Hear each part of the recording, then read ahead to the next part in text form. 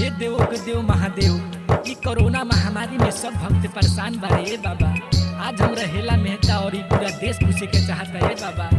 आखिर ई कोरोना महामारी अब कब तक चली बताइए बाबा।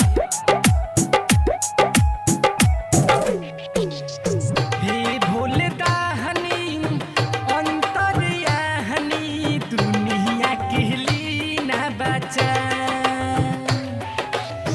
हे भोले दाहनी अंतर्याहनी, दुनिया के लीना बचा।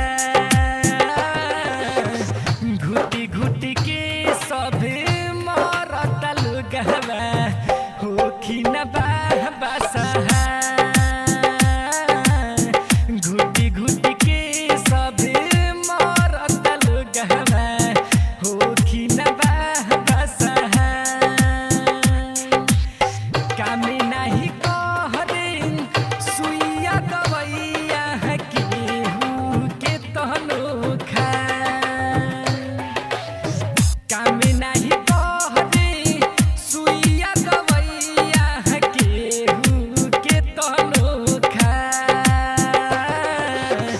घुटी घुटी के सब मरत लोगवा, होखी न बाबा सहा।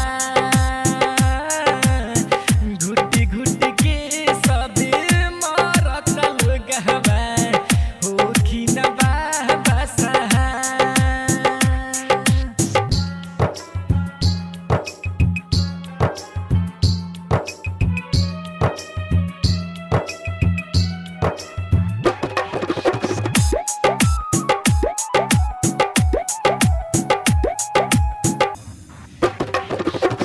ऐसे अब विपत